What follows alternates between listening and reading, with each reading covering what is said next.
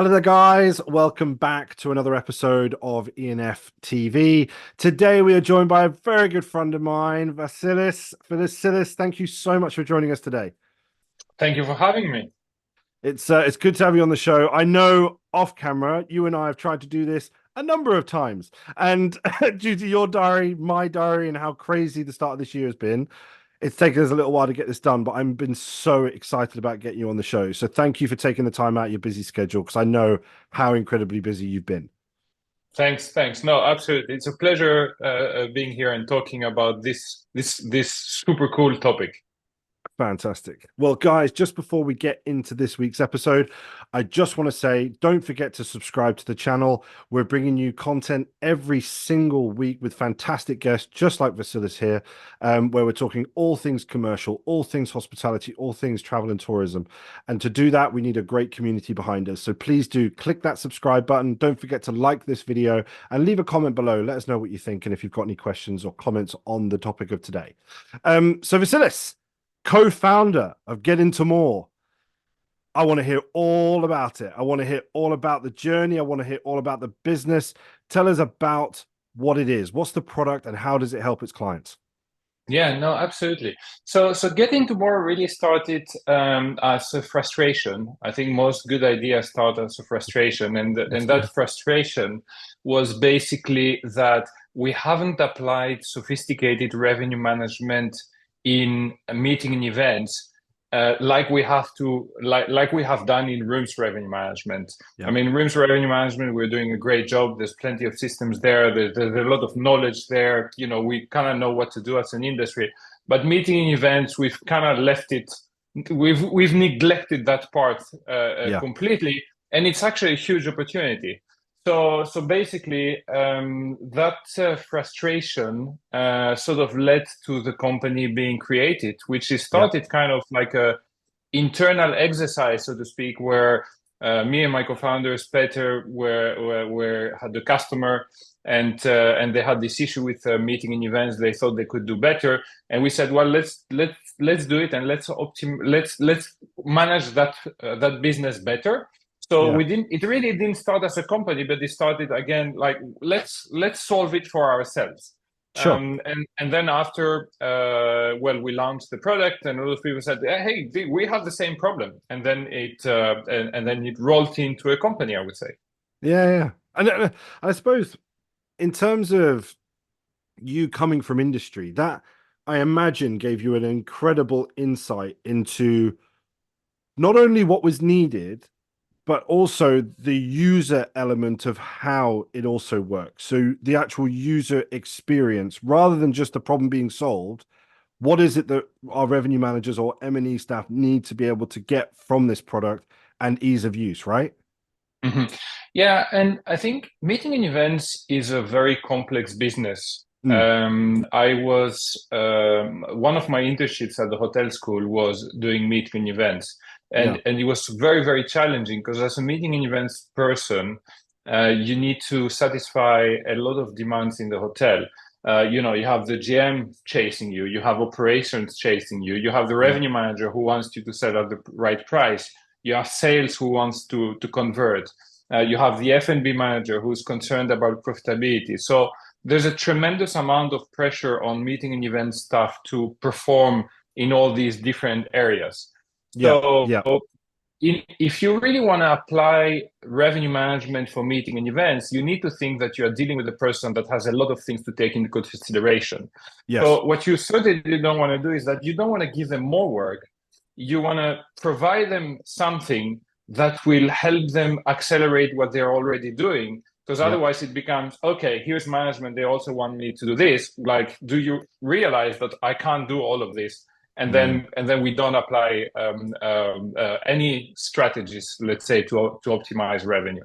So I think it has to do with the person, and you need to start from let's say from that perspective, as opposed to start with the technology. You need to start with who needs to take better decisions, what's their daily tasks, what's their constraints, and how do we give them the technology that can sort of enable them to do that better. And I suppose we already know, we already know there are products out there in terms of M&E revenue management, but you put it very well earlier in terms of their sophistication. Now, that's not something we've seen a huge amount of, let's say in the last 5 to 10 years in terms of advancement. What makes you guys different to the other products that are currently out there then, in terms of that advancement and development? Yeah, I think behind the scenes, revenue management for meeting events is very complex. Mm. It's very complex because you have multiple parameters. You have demand, you have lead time, you have revenue per square meter, you have conversion. So there's a lot of things to take into consideration to optimize revenue per square meter. That's the first part. The other thing you have is you don't have too much data actually. If you look at reservations for rooms revenue management system, you have a lot of data, you have a lot of transactions. Meeting and events, not so much. You're dealing with a few requests comparatively with rooms transactions. So that's the first challenge. And since it is a very sort of complex area to sort of grasp and optimize, the risk is that you develop from a technology point an application, and then you bring all that complexity to the user. Yeah. And that's definitely what you want, not what we want. You want to make it easy. So you need to distill that all into 1 or 2 decisions points max. Sure. But you need to give enough also to the person to be able to trust whatever they are seeing. So I would say the most difficult part is perhaps sometimes not even the technology itself and the sophistication of the algorithms and the machine learning and all that kind of stuff, is how you're going to translate that to someone that can actually trust what they see and make it easy for them to take decisions. Right. The human element is the most important, as always. Yeah, absolutely. Absolutely. And I suppose it brings me on to my next question, because I think that you've got, from a tech perspective, but again, from your past industry perspective, why do you think that there is such a resurgence or revolution when it comes to M&E revenue management? Because I know when you and I first spoke, the product was created a while ago, and then you look to obviously sort of look at the market or where the market was at the time. Now, what we've been doing from our side with regards to M&E revenue management, we've been putting a lot of work into thought leadership with a lot of the leaders in the industry. This is all while tech companies are now putting a lot more focus onto M&E revenue management, not just from an RMS perspective, but from other areas as well. Mm-hmm. There is a lot of activity going on right now. There's a lot of conversation. There's a lot of buzz. Why? Why do you think that is? I think it comes from a few different perspectives. The first one is that after COVID, everybody realized that, a hotel is not only bedrooms, and attached to these bedrooms, there is actually restaurants and meetings and square meters and all that kind of stuff. But a hotel is sort of a holistic, let's say, a sort of real estate entity. And, sure. What sort of drives real estate value is cash flow. And what drives also real estate value is square meters, obviously. And sure. So I think a lot of ownership companies and management companies have really said, okay, we need to look at the alternative sources of revenue and growing alternative sources of revenue. So a lot of these square meters were repurposed, sometimes in co-workings. All the meeting and events inventory was reshuffled. But increasingly, all these companies are looking, how can we improve that revenue per square meter? And I think COVID was an accelerator for that, which is great. Yep. I think the second one is that you have more and more sophisticated investment coming in hotels. So you have a lot of private equity firms that are investing in hotels. Offices are, it's a challenge for offices. So a lot of these companies that used to invest in offices are coming in hospitality, and then they are much more inclined indeed to look at square meters as a revenue source. So that's the second one. And I think the third one is the technology is starting Yeah. to take shape. So Yes. I mean, I remember in my times when I was trying to extract data for meeting and events. I mean, it was hell. I mean, I couldn't extract anything in my hotel. I mean, it was terrible. It wasn't granular data. I was stitching reports left to right. It was very, very difficult. But that has changed. We have more modern, new companies, cloud-based sales and catering systems that have popped up. The legacy systems have adapted as well because they're competing with the new ones, so they are striking back. And I think that's all good because, access to data is democratizing, and that creates a lot of innovation. And, not only us, but a lot of companies are coming in the market that are looking at that as an opportunity. And it's a good thing. I mean, Yeah. so I think Yeah. we're really sitting at a fantastic moment in time now. And I think in the next 2 years, there's going to be a lot of options for hotels to optimize Yes. that revenue streams. Yeah. And, we'll capture some of that value as a company, and some others will be there. And that's good. At the end, everybody wins. Yeah. Yeah, absolutely. I think you're right. The element of, again, we've said this on numerous occasions, but that pandemic, yes, it brought a horrendous period of time for the industry, but it gave it a necessity for positive change. You either Exactly. changed or you died. And it was one of those where the industry has seen a lot of movement in terms of the tech. And again, what we've already looked at is a lot of clients have been saying in that M&E space, well, there's been nothing here in terms of advancement. We get developments and updates and everything else on the room side of things. Every year there's a piece of tech that's being developed, and every year there's a new product launch. And we've got more tech than we ever need on the bedroom side, but there's been nothing on the M&E side. So how can you expect an industry or a part of a market within that industry to continue to drive forward, to continue to drive performance, if you're not going to give them the tools to do so? And that's been one of the biggest differences for me, is seeing that development on the tech side from people like yourselves, but also, as you said, from those legacy guys. This is going to do nothing but create a very exciting market over the coming years. No, Very absolutely. exciting. And you have, the sort of larger M&E hotels. If you look at the numbers, more than 50 or up to 60 or even more percent of their Yeah. total revenue is Yeah. meeting and events. Yeah. Combined meeting space and room revenue. It's Yeah. huge. Yeah. So it's the biggest opportunity ever, to be honest. If you Yeah. really start to manage that, in a more granular and strategic way, Yeah. definitely. From that owner and operator space, more than ever, their asset guys, they're going to be looking at that total revenue management and where that is being optimized from. And as you say, whether they are a mainly meetings hotel or not, I think that M&E space is going to have a lot more incentives around it with regards to its M&E staff, targets, because again, in some hotels, they're not even targeted on M&E, which is to me is mind-boggling, the amount of money that's probably being left on the table. But that's where that owner operator space is going to start saying no more. Now we're realizing what this property is actually capable of compared to what we thought it was capable of. And that's when obviously again that tech is then utilized, because then it's like, we can unlock this for you. We can Exactly. unlock this in a sophisticated and educated way.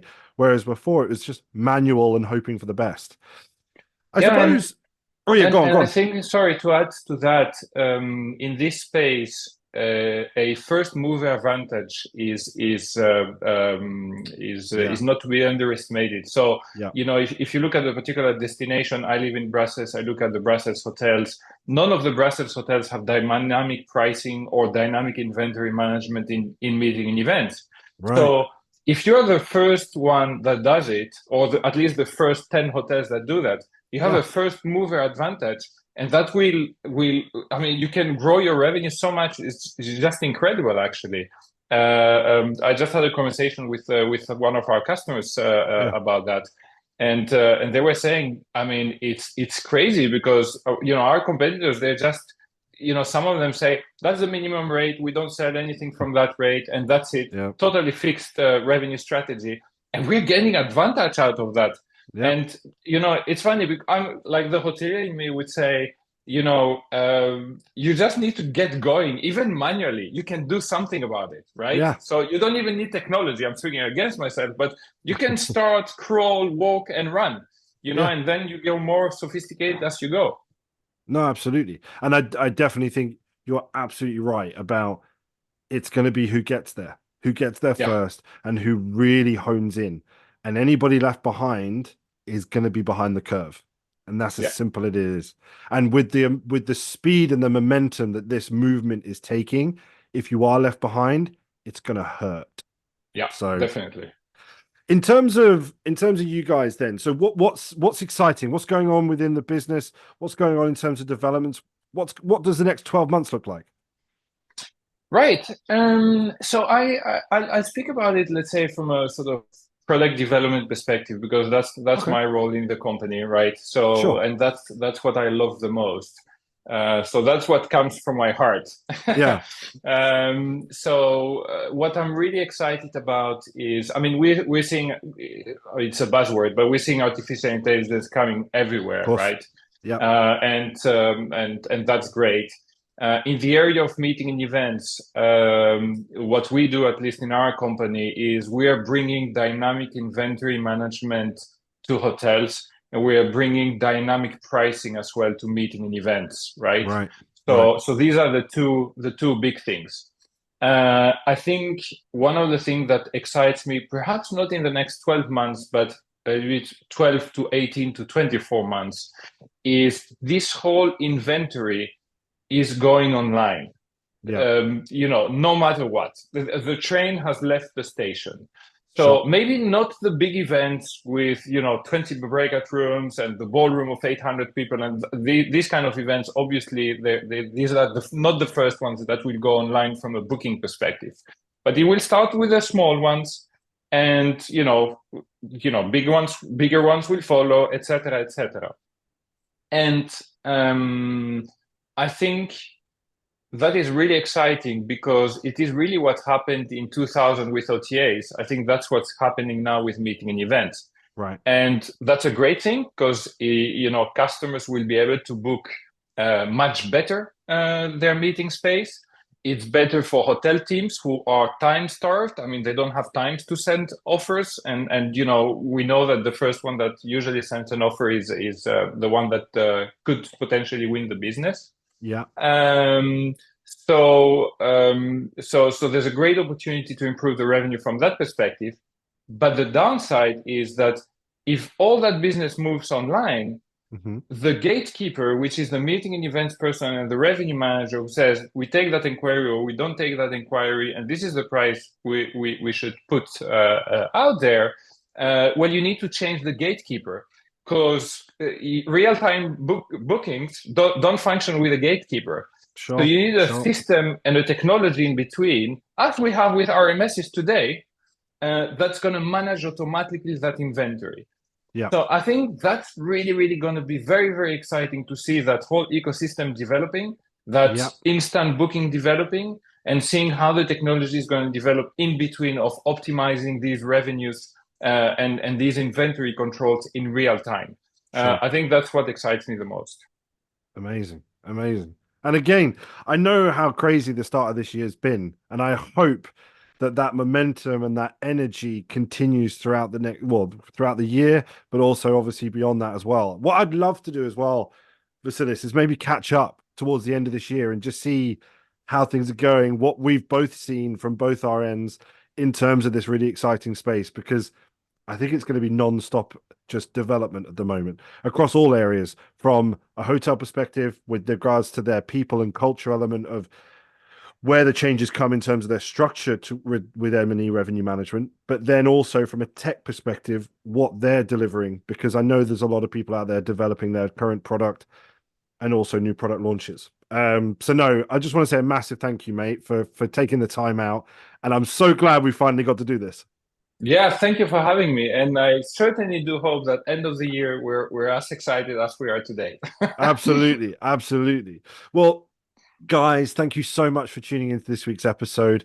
Don't forget, again, don't forget to subscribe to the channel, like this video, and don't forget to actually let us know what you think about it. Let us know what you thought about what we spoke about today. Is there anything that you're seeing within your environment, or maybe you're another tech company and what you're doing? But thank you so much for tuning in either way. Have a great rest of your week, and we'll see you in the next one. Bye-bye.